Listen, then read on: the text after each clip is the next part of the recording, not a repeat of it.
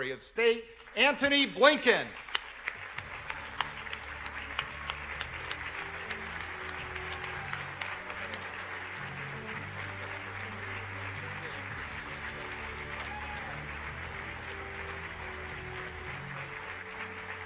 Thank you. Thank you. Good morning. Please take a seat. Wonderful to be with all of you today. Michael, my friend, thank you for that introduction. I'm grateful to you and grateful to my longtime friend, Howard Kaur, for inviting me back to AIPAC. Now, I have to admit, thank you. As I was talking with Michael and Howard and the other senior leadership at AIPAC a moment ago, I said my lifelong ambition has already been fulfilled by AIPAC because a few years ago, some of you may have been there, I got to appear in the Dallas Cowboys football stadium on a Jumbotron. Never thought that would happen. It's thanks to you.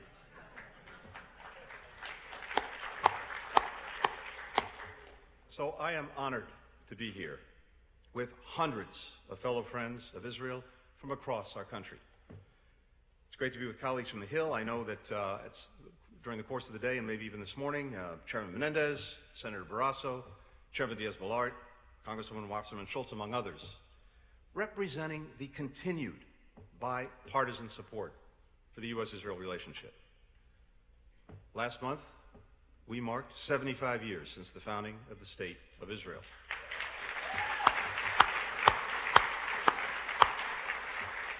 Today we celebrate 75 years of the U.S.-Israeli partnership.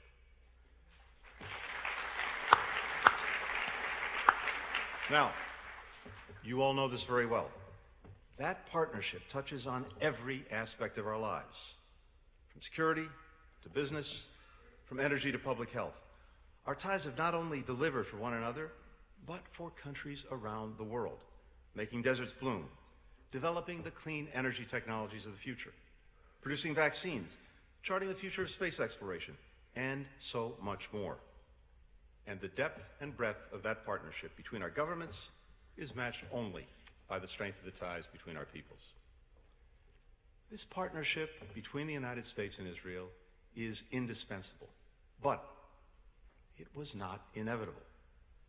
As Israel prepared to declare its independence, many members of President Truman's cabinet, including the Secretary of State, counseled against recognizing Israel, convinced that an independent Jewish state could not survive, that it wasn't economically viable, that it lacked the natural resources to serve as the Jewish homeland, that it couldn't bear an influx of immigrants, that it simply faced too many security threats. Not everyone thought that way.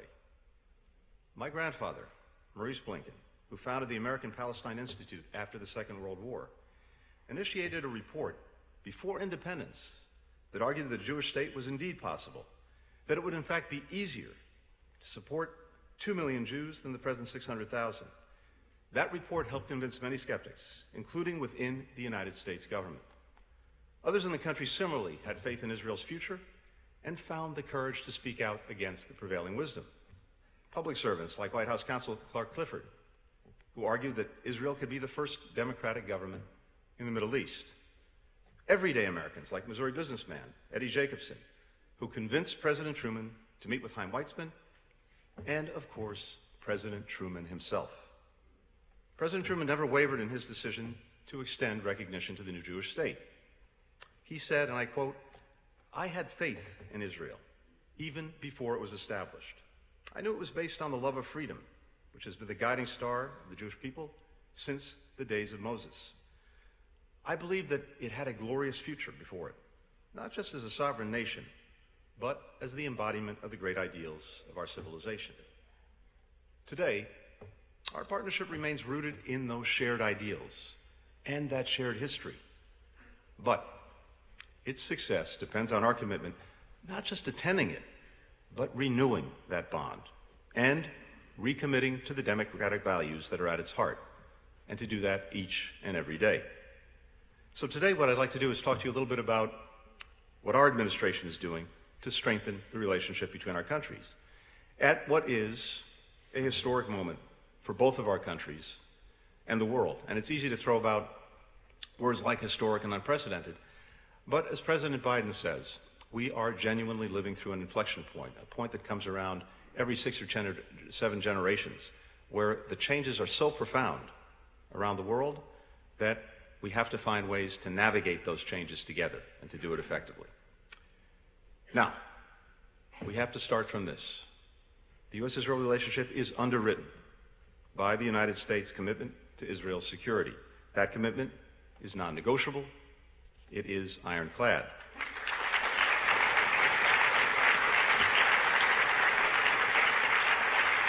We are providing $3.3 billion in foreign military financing to Israel each year. On top of that, Israel receives $500 million in funding for missile defense, tens of millions more for new counter-drone and anti-tunneling technologies. That is in keeping with the 2016 Memorandum of Understanding negotiated by the Obama-Biden administration, and it is more than at any point in the history of our relationship. We're also delivering an additional $1 billion in funding to replenish supplies for Israel's Iron Dome, the missile defense system that we developed together and that has saved countless lives. All of this has been secured in partnership with our Congress with bipartisan support. We're also expanding our joint military exercises that improve how our forces work together seamlessly. This year, we have more joint exercises scheduled than at any point in our history. We're also conducting joint research and development on advanced military capabilities, working together on cutting-edge defense systems, including Israel's new laser-focused Iron Beam. This robust support continues to be critical in maintaining Israel's qualitative military edge, buttressing its ability to defend itself, and to advancing our national interests. America is more secure when Israel is strong.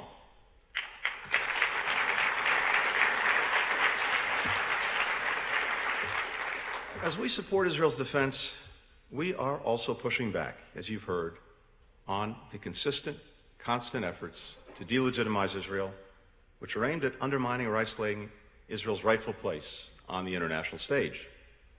Now, we fully, deeply respect the right of all to freedom of expression, and indeed, every single day we are actively defending that and promoting that around the world. At the same time, we continue to reject the global boycott, divestment, and sanctions movement for unfairly singling out Israel.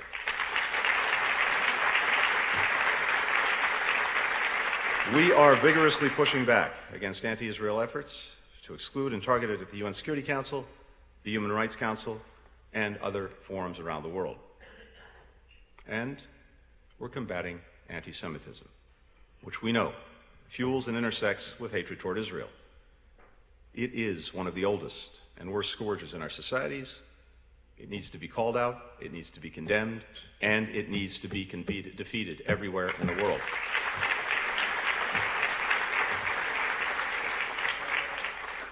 Last month, together with Special Envoy for Monitoring and Combating Anti-Semitism, Deborah Lipstadt, the President released the first ever U.S. national strategy to counter anti-Semitism, to beat back the rising tide of hate that we see around the world, and yes, in our own country. Now, we're clear-eyed about the many dangers that Israel faces in all of their forms. But there is no danger that Israel faces that is graver than the one posed by the Iranian regime. That regime routinely threatens to wipe Israel off the map. It continues to provide weapons to terrorists and proxies like Hezbollah and Hamas, who reject Israel's right to exist. It exports its aggression throughout and even beyond the region, including by arming Russian forces with drones that are being used to kill Ukrainian civilians and destroy its infrastructure. And in turn, Russia is providing sophisticated weaponry to Iran. The pattern of hostile behavior underscores a clear imperative that you heard from Michael. Iran cannot and will not be allowed to acquire a nuclear weapon.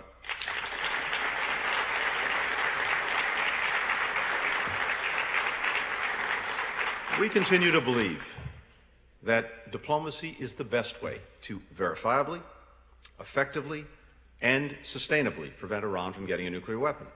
In parallel, economic pressure and deterrence reinforce our diplomacy.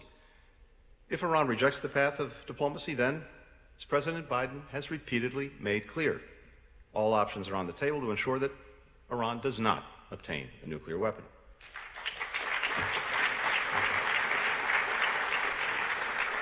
This three-pronged approach, diplomacy, economic pressure, deterrence, which also includes strengthening Israel's military capabilities, has bipartisan support. And it puts us in the strongest possible position to address the Iranian nuclear threat, just as we take on the many other challenges posed by the Iranian regime. The United States is advancing Israel's security and our own in another critical way, by working to deepen Israel's relationships with its neighbors, to advance our goal of regional integration and de-escalation. Israel's further integration in the region contributes to a more stable, a more secure, a more prosperous region, and a more secure Israel. That's why President Biden has made it a cornerstone of his Middle East policy.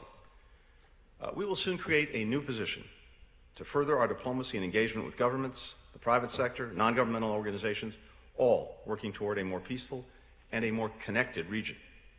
We've already achieved significant historic progress to deepen and broaden the Abraham Accords, building on the work of the Trump administration. Last year, I joined foreign ministers from Israel, Bahrain, Egypt, Morocco, the United Arab Emirates, and Sde-Boker, the home of David Ben-Gurion. That summit led to the creation of, as you've heard, the Negev Forum, building again on the Abraham Accords and building on existing relationships between Israel and some of its neighbors.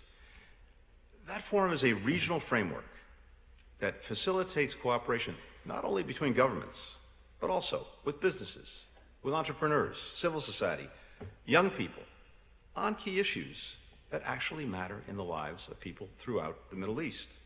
Food security, water technology, clean energy, tourism, healthcare, education, regional security. Earlier this year, the working groups from that forum convened for the first time in Abu Dhabi, and that proved to be the largest gathering of Israeli and Arab governmental officials since the 1991 Madrid Peace Conference. All of this, unthinkable just a few years ago. And we're now working behind the scenes, leading with diplomacy to continue the momentum. There's also been concrete progress elsewhere in the region. If you look back just over the past year, Saudi Arabia and Oman unlocked their airspace to civilian flights to and from Israel. Following intense mediation by the United States, Israel and Lebanon completed a historic agreement last fall to establish their permanent maritime boundary, something that had been long in the works. That, in turn, lowered the prospect for conflict and also created a greater path for greater energy security in the region. We're helping Israel and Jordan, together with the UAE, implement Project Prosperity to collaborate on water and energy security, which is on track to launch by this year's COP28. And we convened new coalitions like I2U2, which brings together India, Israel, the UAE, the United States, to solve fundamental challenges facing our people, starting with food and energy security. That initiative was literally the product of a dinner conversation between my Israeli and Emirati counterparts. We had this idea, we got on the phone, we had the idea on a Friday. By Tuesday, we were on a video conference with our Indian counterpart. This project was launched, and ultimately, the leaders of all the countries worked together to move it forward. We're also supporting Israel in its work to deepen relations beyond the region, including in the Eastern Mediterranean, and with the 3.1 grouping of Israel, Greece, the Republic of Cyprus, focused on intensifying cooperation in energy, economic growth, climate change, emergency preparedness, counterterrorism. And we are working to accelerate all of this progress. The United States has a real national security interest in promoting normalization between Israel and Saudi Arabia.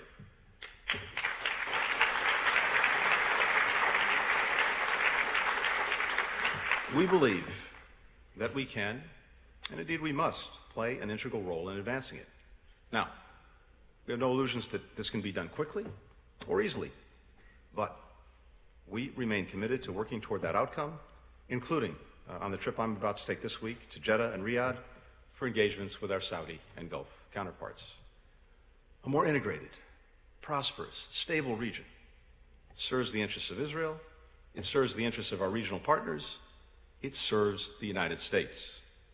But integration and normalization efforts are not a substitute for progress between Israelis and Palestinians, nor should they come at its expense. Israel's deepened relationships with its partners can and should advance the well-being of the Palestinian people and the prospects for a two-state solution. As the President said on his recent trip to Israel and the West Bank last summer, a two-state solution, based on the 1967 lines with mutually agreed swaps, remains the best way to achieve our goal of Israelis and Palestinians living side by side in peace with equal measures of security, freedom, justice, opportunity, and dignity. Israel was founded. Our partnership was built on democratic values, which include equal access by all people to their rights. And the two-state solution is vital to preserving Israel's identity as a Jewish and democratic state. Now, it's no secret that today, the prospects of a two-state solution can feel remote.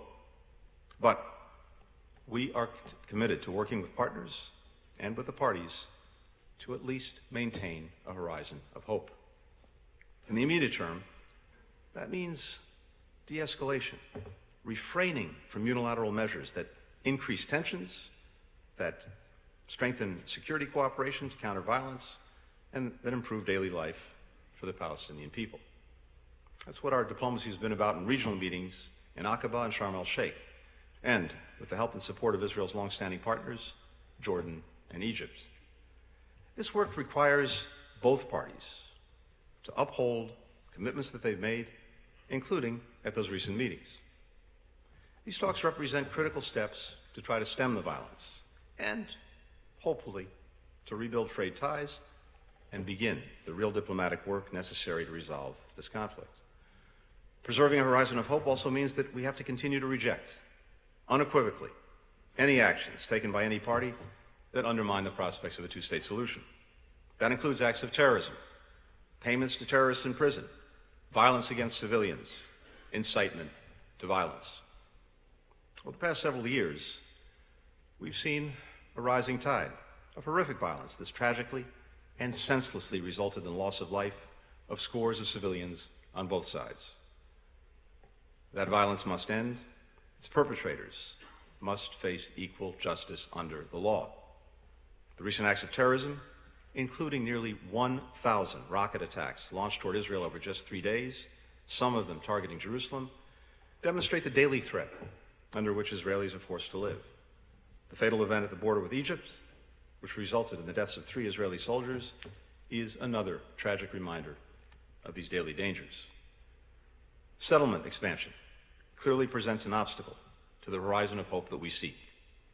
Likewise, any move toward annexation of the West Bank, de facto or de jure, disruption of the historic status quo at the holy sites, the continuing demolitions of homes and the evictions of families that have lived in those homes for generations, damage prospects for two states. They also undermine the basic daily dignity to which all people are entitled.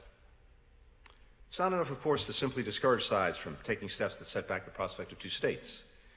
We need to show people what the future we're working toward actually looks like. That's why, since day one, we have focused on re-engaging the Palestinian people and working to rebuild trust. We're investing more resources in building understanding between the two sides at the grassroots level to help build peace from the bottom up, including through the Nida Amlowi Middle East Partnership for Peace Act. We're also working with the Israeli government and the Palestinian Authority to encourage political, economic, and security reforms that can lay the foundation for a stable, democratic Palestinian state alongside a state of Israel with secure, recognized borders. Ultimately, a two-state solution can only be achieved through direct negotiation between the parties. Preserving a horizon of hope also means holding firm to the values that have anchored the friendship between the United States and Israel across countless administrations in both of our countries. We'll continue to work with the Israeli government to advance our shared values. We'll continue to express our support for core democratic principles, including a separation of powers, checks and balances, and the equal administration of justice for all citizens of Israel. We will speak honestly and respectfully with our Israeli friends, as partners always should, and as we always do. As Israeli leaders and citizens debate these issues, we welcome efforts to find consensus on any reforms. That's simply the best way to make sure that they're embraced and that they endure. At the end of his presidency, Harry Truman set out his vision for Israel. And he said, and I quote, "I hope that we shall soon see the day when Israel and her neighbors will sit down at the peace table and will reach a full settlement of all of their differences, so that our friends in the Near East, Arabs and Israelis alike, may enter together upon a new partnership for their mutual advantage and the advantage of all people." Today, our commitment to that future endures.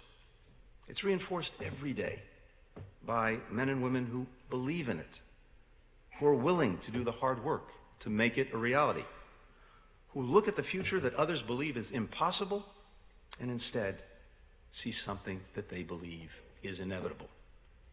I'm grateful to AIPAC, to each and every one of you who are working to make real this better future.